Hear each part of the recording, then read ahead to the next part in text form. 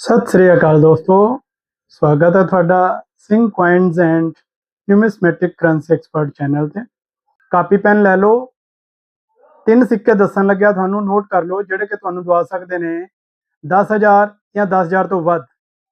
ਪਹਿਲਾ ਸਿੱਕਾ ਹੈ 1982 ਦਾ ਬੰਬੇ ਮਿੰਟ, और दूसरा सिक्का है 1983 ਦਾ हैदराबाद मिंट, और तीसरा सिक्का है 1991 ਦਾ नोएडा मिंट, ਜਿਹੜੇ ਕਿ ਤੁਹਾਨੂੰ ਦਵਾ ਸਕਦੇ ਨੇ 10,000 ਜਾਂ 10,000 ਤੋਂ ਵੱਧ UNC ਕੰਡੀਸ਼ਨ ਵਿੱਚ।